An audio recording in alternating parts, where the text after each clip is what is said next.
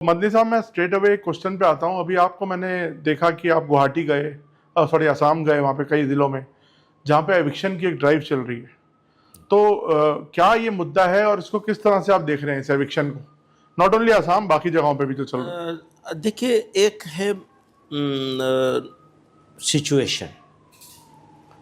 जब एविक्शन की बात करते हैं हम, तो कई जगह डेवलपमेंट का सवाल आता है, सड़कों का सवाल आता है और भी प्रोजेक्टों का सवाल आता है। तो मैं नहीं समझता कि इंडिया जैसी डेवलपिंग कंट्री में सिर्फ इस वजह से कि एविक्शन हो रहा है उसका विरोध किया जाए, बल्कि उसको सपोर्ट किया जाना चाहिए। आसाम की सिचुएशन ऐसी है कि वो ख़ास तौर से उन्होंने जानबूझकर सुप्रीम कोर्ट की गाइडलाइंस को इग्नोर किया है और ज़बरदस्ती करने की कोशिश की है, क्योंकि चुनाव करीब है। उनके लिए आसान है बेरोज़गारी के पर सवाल ना हो, करप्शन पर सवाल ना हो, दूसरी चीज़ों के सवाल सब लोगों के माइंड से हट जाएं और कम्युनिटी विशेष का मसला बन जाए, तो आसान है वो। उसी के मुताबिक उन्होंने उसके ऊपर एक्शन लिया है। यही हमारी उनसे शिकायत थी। हमने कहा भाई आप गाइडलाइन के मुताबिक सिस्टम से करिए काम को, जो करना है ठीक है। तो आपको लगता है वो टारगेट कर रहे हैं कम्युनिटी को? उन्होंने, वो हमें नहीं लगता, वो खुद ही लगा रहे हैं इस बात को। आपने, कुछ लोग एक जगह रहते हैं, एक गांव है, आपने उस गांव को उजाड़ दिया, पेपर्स में नाम दिया कि ये एविक्शन हो रहा है फला फला वजह से, फॉरेस्ट में है, इसमें है, उसमें है, जो भी हो। तो पेपर में तो ये नाम है और अपने भाषणों में कह रहे हैं कि ये डाउटफुल लोग हैं, फला है फला है। तो आप ये क्यों कह रहे हैं कि हम एविक्शन इसलिए कर रहे हैं कि ये फॉरेस्ट में है? आप ये कहिए हम एविक्शन इसलिए कर रहे हैं कि ये बांग्लादेशी हैं, आप ये कहिए ना। और ये कह करके फिर आप उनको डिपोर्ट कीजिए। बांग्लादेशी होने का और बांग्लादेशियों को डिपोर्ट करने का एक पूरा प्रोसेस है, वो प्रोसेस कहीं भी इंप्लीमेंट नहीं किया जा रहा है। इस केस में इविक्शन वाले एरिया में कहीं कुछ नहीं किया जा रहा है, लेकिन जबान से अपने भाषणों में वो कर रहे हैं। तो आप समझ रहे हैं कि निशाना कहीं और है और बातचीत कहीं और है, काम कुछ और हो रहा है, निशाना कुछ और हो रहा है।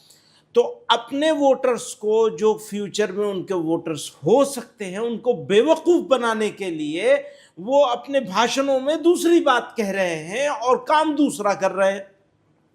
तो बांग्लादेशी अगर बाहर निकाल रहे हैं तो दिक्कत क्या है? हाँ, कोई दिक्कत नहीं है। हम तो कह रहे हैं कि कोई बांग्लादेशी, कोई विदेशी इस धरती पर नहीं रहना चाहिए। ये तो सभी कह रहे हैं, इससे कौन डिसएग्री करेगा? प्रॉब्लम क्या है? मैं रहता हूं वहां, गलत तरीके से रह रहा था फॉरेस्ट में, मुझे वहां एविक्शन हो गया, निकाल दिया गया, मेरा घर तोड़ दिया गया। ठीक, जिस तरह तोड़ा गया, जो सिस्टम होना चाहिए था उसको गाइडलाइन का ध्यान नहीं किया गया, सुप्रीम कोर्ट की गाइडलाइन का ध्यान नहीं किया। एक नहीं, कई सारी गाइडलाइंस है, क्योंकि एविक्शन तो जरूरत है मुल्क की। वो जरूरत है तो वो जरूरत तो पूरी की जाएगी, जैसे और सारी जरूरतें हैं ऐसी वो भी एक जरूरी चीज है। लेकिन उसका एक सिस्टम बनाया गया, वो सुप्रीम कोर्ट ने बनाया, मैंने नहीं बनाया, किसी पार्लियामेंट ने नहीं बनाया, सुप्रीम कोर्ट ने एक गाइडलाइन दी, आपने उसको फॉलो नहीं किया। एक बात, अच्छा, मेरे दो गुना हो सकते हैं। एक गुना मेरा ये हो सकता है कि मैंने सरकारी जगह पे या फॉरेस्ट के अंदर जाकर के अपना घर बना लिया, अपना गांव बसा लिया, मस्जिद भी बना ली, सारा कुछ कर लिया, पूरा गांव हो गया। 50 साल से मैं रह रहा था, आज पता चला कि ये फॉरेस्ट लैंड है, तो उन्होंने एविक्शन की कार्रवाई की। ये एक बात है। दूसरा एक है कि मैं इंडिया का सिटीजन तो हुई, इस गलत काम करने की वजह से या 50 साल से वहां रहने की वजह से आप मुझे बांग्लादेशी तो नहीं कह सकते। उनका आप बगैर डायरेक्ट कहे हुए इनडायरेक्ट वे में, क्योंकि वो हर मुसलमान को बांग्लादेशी साबित करने पे तुले हुए हैं। जैसे मेरे ही बारे में कह दिया उन्होंने कि मुझे मिल जाएंगे तो मैं उन्हें बांग्लादेश भेज दूंगा उसे। तो मुझे बांग्लादेश भेज देने की बात कर रहे हैं वो, तो इसी से उनकी मेंटेलिटी पता चलती है ना। ये तो बहुत सेंसिटिव चीज़ होती है ना। हम भारतीय नागरिक हैं, मेरे बाप दादा ने यहाँ कुर्बानियाँ दी हैं, जेलों को आबाद किया है, आप कह रहे हैं हम बांग्लादेश भेज देंगे, तो वो मुझे नहीं कह रहे, दरअसल वो सब मुसलमानों को कह रहे हैं। तो आपत्ति इसके ऊपर है, मुझे ज़्यादा दुख इस बात का है कि वो एक मैं वहाँ भी ये बात कही, मैंने गुवाहाटी में जब मीडिया वालों से प्रेस बात कर कॉन्फ्रेंस रहा की। था तो मैंने उनको ये बात कही वहाँ कि भाई आप मुझे भेजना चाहते हैं, मैं जाने के लिए आपके पास आ गया हूँ, मिल गया हूँ, मुझे भेज दीजिए आप। अच्छा, आपकी पार्टी कहती है कि जेल में बंद करो, इन्हें गिरफ्तार करो, तो मैं गिरफ्तार होने के लिए भी तैयार हूँ, जो चाहे आप कर लें, मैं हूँ मौजूद यहाँ आपके पास। तो वो एक ख़ास मेंटेलिटी है और एक ख़ास ऑब्जेक्ट है, एक ख़ास उनका एक मिशन है एक तरह से कि भाई अब इलेक्शन करीब आ रहे हैं तो अब छुट्टी करो, इनके इश्यूज से डाइवर्ट कर दो लोगों को, वो डाइवर्जन के लिए ये सारा कुछ। उन्होंने ये भी कहा कि बड़ी पुलिस की निगरानी के अंदर आपको वहाँ पे सारा काम कराया जाएगा। नहीं, पुलिस की कोई निगरानी नहीं थी, पता ही नहीं चला उन्हें किसी को कि मैं गया हूँ। मैं तो कॉमन आदमी हूँ, वो कहते हैं मैं हीरो हूँ और ये जीरो है, मदनी जीरो है। हाँ सही कह रहे हो भाई, मैं तो जीरो से भी नीचे कुछ हो सकता हो, शून्य से नीचे भी कुछ हो सकता हो, मैं वहाँ भी ठीक हूँ, पर आप तो हीरो है ना। आपको अब मैं कॉमन आदमी गया वहाँ जाकर के, जब मैंने बताया तब पता चला उनको कि मैं आया हूँ। बट ओवरऑल जो गवर्नमेंट की नीति है एविक्शन की, उससे आपको कोई तकलीफ नहीं है, लेकिन ये जो टारगेटिंग है आपको लगता है ये गलत है? मोटे तौर पर हम यही बात कहना चाहते हैं कि ये टारगेट किया जाना और गाइडलाइंस को फॉलो नहीं करना, ये मोस्ट ऑब्जेक्शनेबल चीज़ है।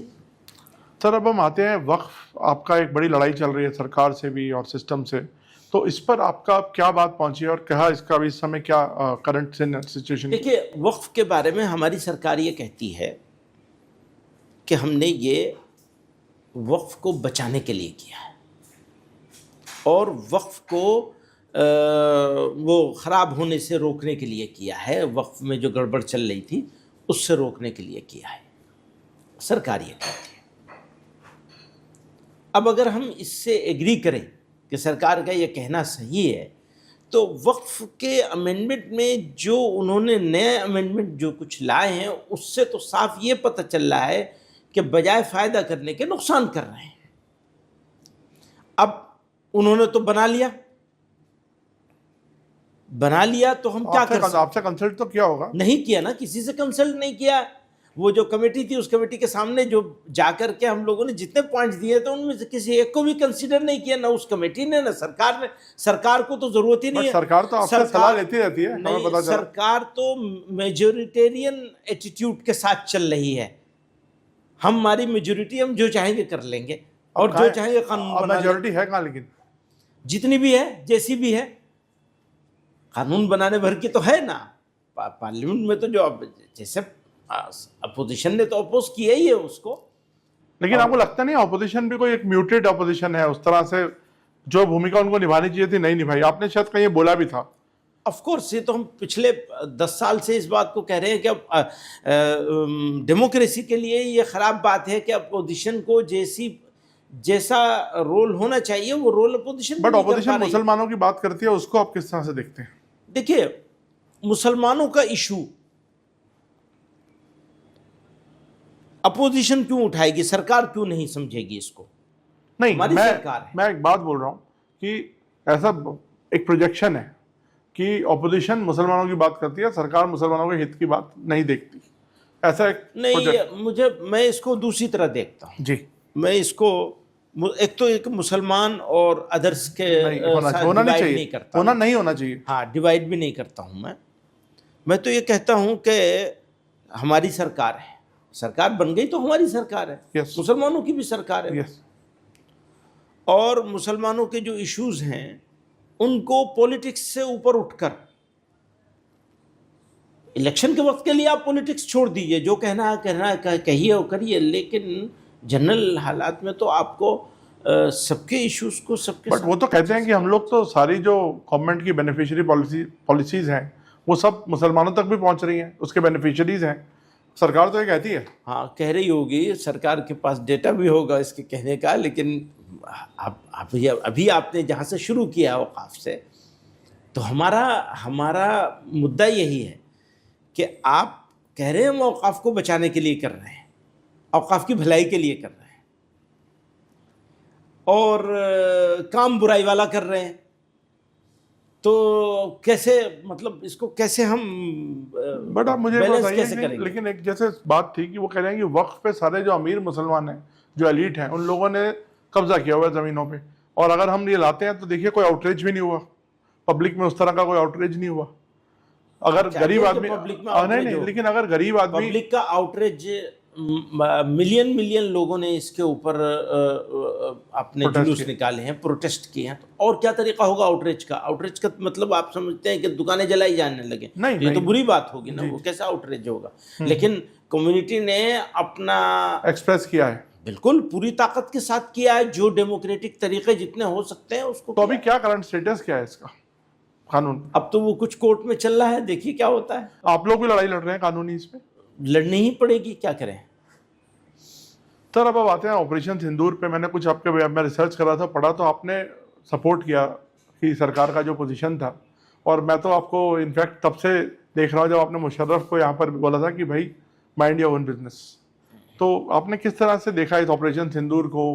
क्योंकि आपसे लंबे दौर बाद बात हो रही है, ये अभी आज का टॉपिक नहीं है, बट मैं इसका जो ऑपरेशन सिंदूर में क्या क्या हुआ, क्या हमने चाहा था अचीव करना, वो हुआ या नहीं हुआ, ये एक सब्जेक्ट है। अगर हुआ तो कितना हुआ, कितना रह गया, ये दूसरा सब्जेक्ट है। तीसरी बात है कि आपने अचानक से बंद कर दिया, क्यों बंद कर दिया? वो अचीव हो गया था तब बंद किया है, ये सारे सवाल हैं बात के। लेकिन जिस वक्त जंग हो रही थी, ऑपरेशन स्टार्ट किया गया था, जिन हालात में, इसमें दो बातें बहुत इंपॉर्टेंट हुई हैं। एक तो जिस तरह उन बदबख्तों ने नाम पूछ करके लोगों को मारा, मैं इस देश की जनता को, अपने देशवासियों को, अपने साथियों को, जिनको मैं हिंदू मुसलमान में बांटना नहीं चाहता हूँ, उनको कितना शुक्रिया अदा करें कम है कि उन्होंने पेशेंस रखा। सही बात है, ये कोई और मुल्क होता तो पता नहीं क्या क्या हंगामे होते। ये भारत की खूबसूरती है, हमारे बुजुर्गों ने भारत को चूज़ किया था, इंडिया में रहना चूज़ किया था। वो लोग इस्लामिक स्टेट की बात कर रहे थे, उनको रिजेक्ट किया था कि वो झूठ बोल रहे हैं, और इंडिया को चूज़ किया था। ये खूबसूरती है इंडिया की। अभी भी जैसे आप कह रहे थे कि इस्लामोफोबिया बहुत हो गया है या हो सकता है, इस सब के बावजूद उस शर्मनाक हादसे को फेल करने में सबसे बड़ा रोल जो था वो इस देश की सिविल सोसाइटी का था, आम नागरिकों का था, कि उन्होंने इसको पहचाना, समझा कि ये दरअसल इस मुल्क में बसने वाले और रहने वाले कम्युनिटीज़ को, समुदायों को लड़ाने की साजिश है। उस साजिश को फेल किया। एक ये बहुत ही बड़ा काम हुआ, या ऑपरेशन सिंदूर से भी बड़ा काम हुआ। फिर उसके बाद जब ऑपरेशन सिंदूर का फैसला ऑपरेशन गवर्नमेंट ने किया, तो जो लोग गवर्नमेंट को हमेशा क्रिटिसाइज़ करते हैं, जिनका अच्छे काम पे भी क्रिटिसाइज़ करना ड्यूटी होता है, जिनको हम कह रहे थे कि अभी रोल नहीं प्ले किया, उन्होंने भी सबने सपोर्ट किया। तो हमारी तो ड्यूटी है ये कि हम साथ खड़े होंगे अपनी सेनाओं के। फिर उसके बाद जब ऑपरेशन सिंदूर का फैसला ऑपरेशन गवर्नमेंट ने किया, तो जो लोग गवर्नमेंट को हमेशा क्रिटिसाइज़ करते हैं, जिनका अच्छे काम पे भी क्रिटिसाइज़ करना ड्यूटी होता है, जिनको हम कह रहे थे कि अभी रोल नहीं प्ले किया, उन्होंने भी सबने सपोर्ट किया। तो हमारी तो ड्यूटी है ये कि हम साथ खड़े होंगे अपनी सेनाओं के। तो बस वही था, उतना ही है वो बात। बंदे जी, मैंने आपका कहीं पे एक बयान पढ़ा था कि आप कहते हैं कि हमारी किसी से कोई दुश्मनी नहीं है, ना आरएसएस से, ना बीजेपी से, ना सरकार से। हम आरएसएस के साथ भी काम करने को तैयार हैं। हाँ। तो अभी आपने जैसे जिस तरह से आरएसएस का भी कुछ आउटरीच बढ़ा है हाल में टुवर्ड्स मुस्लिम, तो किस तरह से इसको देखा जाए? अच्छा है, मतलब इसको बहुत सारे इफ इन बट हैं इसमें अभी भी, लेकिन थोड़ा सा इसको अगर तफसील से बताएंगे, because people want to know the view. देखिए, आप जो लोग जो सुनना चाहते हैं और जो मैं कहना चाहता हूँ, उसमें कुछ फ़र्क नहीं है। राइट। एक मेरा पर्सनल व्यू नहीं है, बल्कि ऑर्गेनाइजेशन की जो सबसे बड़ी हमारा प्रोग्राम होता है 2023 में हुआ था, वो रामलीला ग्राउंड में। जी। अभी भी हम करने वाले हैं वो, फिर अक्टूबर नवंबर में फिर करने वाले हैं। तो उस मौके पर हमने रेजोल्यूशन पास किया था, ये कहा था इंगेज होना चाहिए, डिफरेंसेस हैं, उन डिफरेंसेस को मिनिमाइज करने का तरीका डायलॉग के सिवा कुछ नहीं है। जो तरीके से सरसंघ चालक बीच में उन्होंने ज्ञानवापी वाले इशू पर भी एक बात कही थी, वो सराहनीय थी। दूसरी बात अभी भी उन्होंने कुछ कही हैं, उनमें कई बातें ऐसी हैं जिनके ऊपर हम लोग डिस्कस कर सकते हैं, हम लोग अपना आर्गुमेंट रख सकते हैं, कह सकते हैं कि हम इससे एग्री नहीं करते हैं, ये सारी बातें हैं।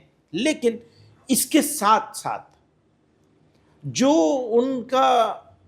उनका ये कोशिश है उसको सराहा जाना चाहिए डिफरेंसेस के बावजूद। और ये कि कोई भी मौका अपॉर्चुनिटी मिले मुसलमानों के किसी भी ग्रुप को, हमको मिले, किसी और को मिले, किसी और को मिले, वो किसी को भी चूज करें, क्योंकि ये तो उनकी चॉइस होगी कि वो किसके साथ बैठना पसंद करेंगे, किसी के साथ भी करें, हम उसको सपोर्ट करते हैं। बैठने को, बातचीत करने को पूरी ताकत के साथ सपोर्ट करते हैं, वेलकम करना चाहते हैं। और डिफरेंसेस तो होते हैं, वो रहेंगे और उनमें कुछ कम हो जाएंगे ज़रूर। अगर बैठेंगे तो कई चीज़ों पर सहमति ज़रूर बन जाएगी, तो वो इस देश के लिए, मुल्क के लिए, लोगों के लिए अच्छी चीज़। सर मैं आसाम पर वापस आता हूँ कि क्या आप किसी पॉलिटिकल पार्टी को वहाँ सपोर्ट कर रहे हैं? ना, बिल्कुल नहीं। तो कोई फोटोज जैसे कुछ सर्कुलेट होती हैं कि कोई मतलब जमात से लोग मिलने आए कांग्रेस के या किसी के? ना, ऐसा कुछ नहीं, कोई ऐसा आपका कुछ नहीं है। अभी दिल्ली में एक पिछले दिनों काफ़ी इसको कुछ लोगों ने बनाया, ये देखा मैंने, एमपीज को बुलाया था, उसमें कांग्रेस के एमपी भी थे, लेकिन उसमें सारी पार्टियों के एमपी थे। अब इत्तेफाक से बीजेपी का कोई एमपी नहीं हो ना, पहले नजमा हेपतुल्ला आया करती थी, मुख्तार अब्बास साहब। हम तो हमेशा करते हैं, ये नई चीज़ नहीं हुई है। साल में कोशिश होती है हर सेशन में करें, हर सेशन में नहीं कर सकते तो साल में एक मरतबा जरूर करते हैं। हाँ, वो जनरल बातचीत होती है। बीजेपी से क्यों नहीं आता एमपी? बीजेपी से एमपी उनको एमपी है ही नहीं कोई मुस्लिम, तो क्या करेंगे? Oh yes, that way. वो अब उसको हम क्या करें? तो मतलब आप साफ बोल रहे हैं कि कोई सपोर्ट नहीं है? नहीं, किसी को कोई मतलब नहीं, कोई मतलब नहीं, किसी के साथ नहीं। अब बीजेपी के साथ भी नहीं, क्योंकि वहां पे दूसरी साइड आपका दिक्कत क्या है? एक साइड समझती है उसके साथ है, दूसरी समझती है उसके साथ है। हाँ, किसी को पता नहीं चल पाता कि आप किसके साथ हैं। हाँ, तो ये तो लोगों की समझ की बात है। अब इसका क्या इलाज है? वो कहते हैं जी तुम जो लड़ाई लड़ोगे, तो मैंने उनको ये सवाल किया उनसे कि भैया कितने साल के बाद मैं यहाँ आया हूँ, तो ऐसा तो नहीं है कि अगर मैं पॉलिटिक्स करने लगूं तो मुद्दे नहीं है, वहाँ मुद्दे तो बहुत सारे हैं, लेकिन मैं तो पॉलिटिक्स नहीं करता हूं, इसलिए जाता भी नहीं हूं। जाता भी हूं तो बस गया, कुछ प्रोग्राम किए, अपने वापस चले आए। मीडिया के साथ तो कभी 10 साल में पहली मर्तबा मीडिया से मैंने बात करी है वहां। For more of such videos do like, share and subscribe to ET Now Swadesh।